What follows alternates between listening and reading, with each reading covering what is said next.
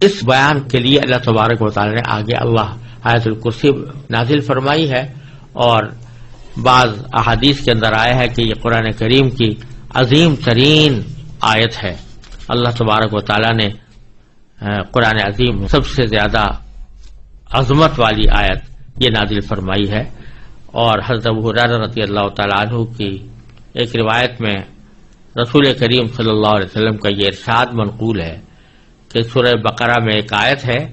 جو سیدۃ آیات القرآن ہے، یعنی قرآن کریم کی آیات کی سردار ہے، اور اس میں یہ بھی مذکور ہے کہ جس گھر میں وہ پڑھی جائے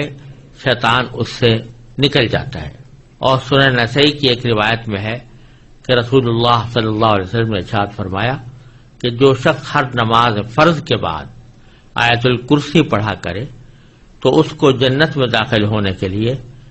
موت کے سوا کوئی چیز مانع نہیں ہوگی، یعنی موت کے بعد فوراً وہ جنت کے آثار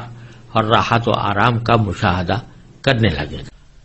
تو اس آیت کریمہ میں پہلے اللہ تبارک تعالیٰ نے فرمایا کہ اللہ لا الہ الا ہو،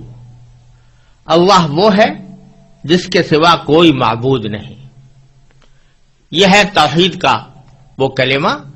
جو عقیدہ توحید کی بنیاد ہے کہ اللہ تعالیٰ کے سوا کوئی معبود نہیں، کوئی عبادت کے لائق نہیں۔ پھر کچھ صفتیں اللہ تعالیٰ نے اپنی ذکر فرمائی ہے۔ تو پہلی صفت ذکر فرمائی کہ الحی، وہ زندہ ہے، اور مراد یہ کہ سدا زندہ ہے، یعنی اور جتنی لوگوں کو، انسانوں کو، جانوروں کو، جنات کو، ملائکہ کو، جس کو بھی کوئی زندگی حاصل ہے وہ زندگی ہمیشہ کے لیے نہیں ہے، ایک نہ ایک وقت اس کو موت آنی ہے، اور کوئی مخلوق ایسی نہیں ہے جس کو کسی نہ کسی وقت موت نہ آنی ہو۔ لیکن اللہ تبارک و تعالیٰ کی ذات ایسی ہے جو ازل سے ہمیشہ سے زندہ ہے اور ہمیشہ زندہ رہے گی۔ تو حی کی صفت یعنی زندگی کی صفت سب سے زیادہ واضح اور صحیح معنی میں زندگی کا مظہر وہ اللہ تبارک و تعالیٰ کی ذات اقدس ہے، اور اس کے سوا کوئی بھی حقیقت میں سدا زندہ کہلانے کے لائق نہیں۔ دوسری صفت جو ذکر فرمائی وہ القیوم۔ القیوم کا ترجمہ ہم نے کیا کہ جو کائنات کو سنبھالے ہوئے ہے، اور اصل میں یہ لفظ جو ہے یہ نکلا ہے قیام سے، اور قائم کہتے ہیں کھڑے ہونے والے کو، اور قیوم اور قیام اسی کے مبالغے کا صیغہ ہے، اور ان کے معنی ہے جو خود بھی قائم رہے اور خود قائم رہ کر دوسروں کو قائم رکھے اور دوسروں کو سنبھالے رکھے۔ تو جب اللہ تبارک و تعالیٰ کے لیے لفظ قیوم استعمال کیا جاتا ہے تو یہ اس کے معنی یہ ہے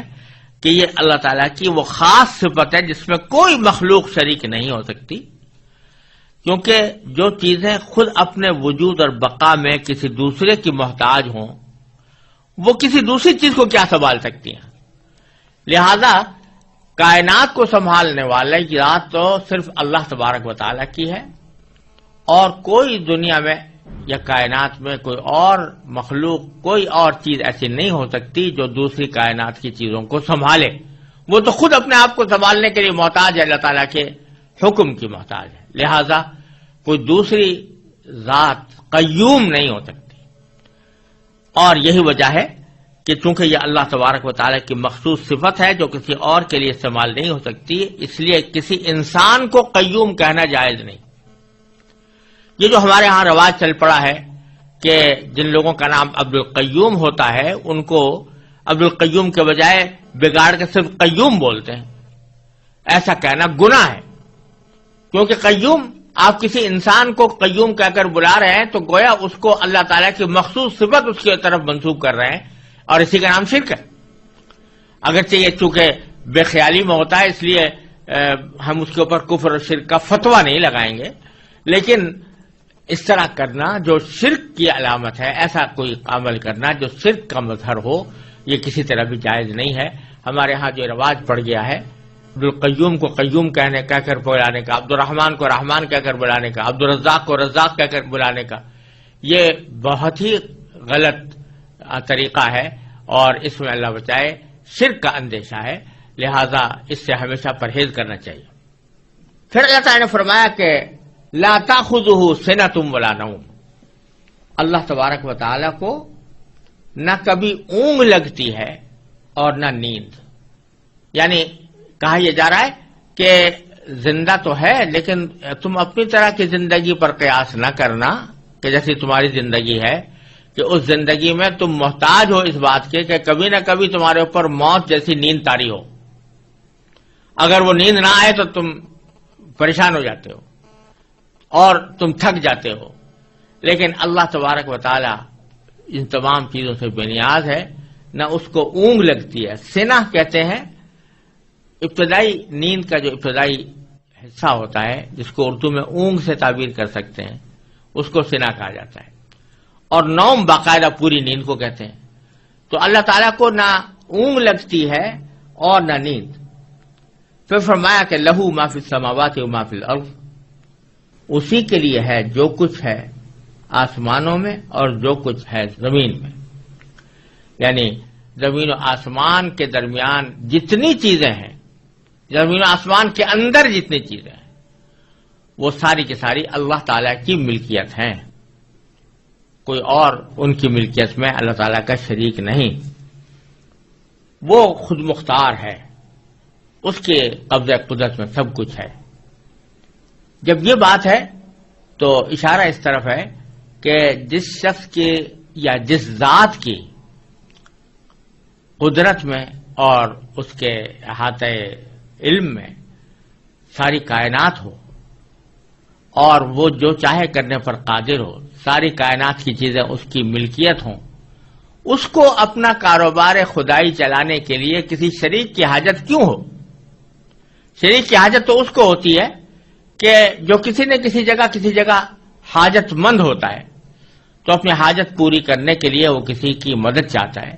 اللہ تبارک و تعالیٰ کو اس کی کوئی ضرورت نہیں، ساری کائنات اس کی ملکیت ہے۔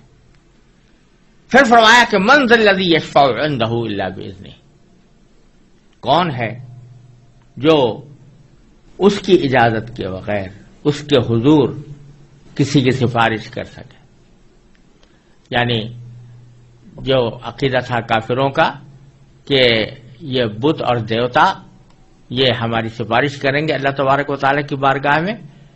اس کی تردید ہو رہی ہے کہ اللہ تعالیٰ کے ہاں کوئی سفارش نہیں کر سکتا جب تک کہ اللہ ہی کی طرف سے اجازت نہ ہو۔ اللہ تبارک و تعالیٰ کی اجازت، یہ جو تمہارے دل میں تصور ہے کہ یہ دیوتا جو ہیں یہ خود اپنی مرضی سے اللہ تعالیٰ کے ہاں سفارش کر دیں گے اور اللہ تعالیٰ ان کی ناز برداری کرتے ہوئے ان کی سفارش قبول کر لیں گے، یہ خیال غلط ہے۔ اللہ تعالیٰ کے ہاں کوئی سفارش اللہ تعالیٰ کی اجازت کے بغیر نہیں کر سکتا۔ ہاں جن کو اللہ تعالیٰ خود ہی حکم دے دے، اجازت دے دے، جیسے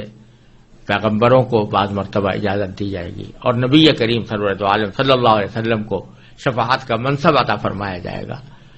تو یہ در حقیقت اللہ تبارک و تعالیٰ ہی کی طرف سے ایک انداز کرم ہے اپنے بندوں کے اوپر، کہ اس انداز کرم کے تحت اللہ تبارک و تعالیٰ نے کسی کو بندوں کی سفارش کی اجازت عطا فرما دی، اس کے تحت وہ سفارش کرتے ہیں۔ ایسا نہیں ہے کہ اللہ تبارک و تعالیٰ کو تو پتہ نہیں تھا کہ یہ شخص آیا قابل معافی ہے یا نہیں ہے، یہ جنت کے لائق ہے یا نہیں ہے، اور پیغمبر کے کہنے سے اللہ تبارک و تعالیٰ نے اس کو جنت میں داخل کر دیا اور اس کی مغفرت کر دی، بلکہ اللہ تعالیٰ کے علم ازلی میں ہے ہر شخص کے بارے میں کہ کون شخص جنتی ہے، کون شخص اللہ تبارک و تعالیٰ کے ہاں مقبول اور مقرب ہے، اور کس کی مغفرت کرنی ہے اللہ تعالیٰ خوب جانتے ہیں۔ لیکن ایک انداز کرم ہے کہ براہ راست وہ مغفرت اور رحمت کا معاملہ کرنے کے بجائے اس کو نبی کریم سرورت عالم صلی اللہ علیہ وسلم کی یا کسی اور پیغمبر کی شفاعت پر موقوف کر دیا کہ یہ سفارش کریں گے تو ہم یہ کرم فرما دیں گے۔ تو سفارش کرنے والے کا بھی اعزاز ہے، اس میں سفارش کرنے والے کا بھی اکرام ہے، اور ساتھ ہی جس شخص کے ساتھ معاملہ ہو رہا ہے اس کو نبی کریم سرورت عالم صلی اللہ علیہ وسلم اور دوسرے پیغمبروں کے ساتھ محبت اور الفت اور تعلق خاطر کا بھی پیدا کرنے کا ایک ذریعہ ہے۔ لیکن یہ وہ شفاعت نہیں ہے جو دیوتاؤں کی سفارش کا عقیدہ جاہلیت کے اندر تھا کہ یہ لوگ اللہ کی مرضی کے برالرغم بھی سفارش کر دیں گے اور وہ سفارش اللہ کے ہاں مقبول ہوگی. تو فرماتے ہیں کہ کون ہے جو اللہ تعالیٰ کے ہاں حضور سفارش کر سکے مگر اس کی اجازت سے. یعلم ما بین ایدیہم وما خلفہم. اللہ تعالیٰ جانتا ہے بندوں کے تمام آگے پیچھے کے حالات، بندوں کے تمام آگے پیچھے کے حالات جانتا ہے. یہ بات اس سیاق میں اسی معنی میں بظاہر کہی جا رہی ہے کہ سفارش عموماً اس موقع پر ہوتی ہے دنیا میں کہ مثلا ایک صاحب اقتدار ہے، اس کو کسی کے حالات کا علم نہیں ہے، پتہ نہیں ہے کہ یہ آدمی نیک ہے یا اچھا ہے یا اس کی مدد کرنی چاہیے یا اس کو کوئی اچھا منصب دینا چاہیے، کوئی عہدہ دینا چاہیے، اس کو تو پتہ نہیں ہے. اب اس کا کوئی مقرب شخص آ کر اس کے پاس کہتا ہے کہ میں فلاں بندے کی سفارش کرتا ہوں کیونکہ یہ میری نظر میں اچھا آدمی ہے اور اس میں عہدے کی صلاحیت رکھتا ہے، تو وہ اس کے کہنے کی بنیاد پر جانتا ہے، علم اس کو اس سے حاصل ہوتا ہے، خود اس کا علم کچھ نہیں ہوتا. لیکن تو سفارش کی ضرورت ایسے موقع پر پیش آتی. اس کو تو دھیان تھا نہیں اصل آدمی کو، لیکن کسی نے سفارش کے ذریعے اس کو متوجہ کر دیا، سفارش کے ذریعے اس کو علم دے دیا کہ یہ آدمی مستحق ہے. لیکن اللہ جل جلالہ چونکہ یعلم ما بین ایدیہم وما خلفہم، انسانوں کے تمام آگے پیچھے کے حالات کو خوب جانتا ہے، اس واسطے اس کو کسی کی سفارش کی حاجت ہی نہیں ہے کہ اس کو فیصلہ کرنے کے لیے کسی آدمی کی سفارش کی ضرورت ہو کہ وہ بتائے کہ فلاں آدمی مستحق ہے فلاں غیر مستحق ہے.